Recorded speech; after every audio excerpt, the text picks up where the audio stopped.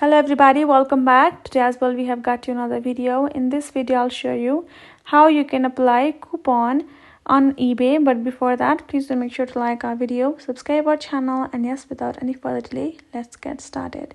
So for that, simply go ahead, open up your eBay over here. Then once you have opened up your app, this is how the interface gonna look like. From over here, what you're gonna be doing, you're simply gonna be going ahead and go to the section of cart on top right corner. Then scroll a bit and tap on option of go to checkout. Then here in the checkout section, make sure you have confirmed your address. If you have any problem, tap on this icon and you can add a new address by tapping on this.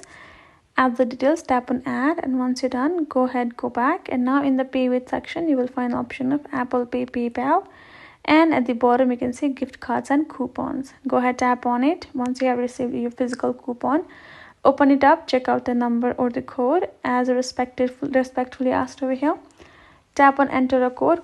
Go ahead, enter the code of yours. Tap on apply, and there the coupon will be applied on your purchase products. Make sure it's a correct code, and there you go. You will be able to preview it, and that is it. You will be able to paste your order and you're good to go.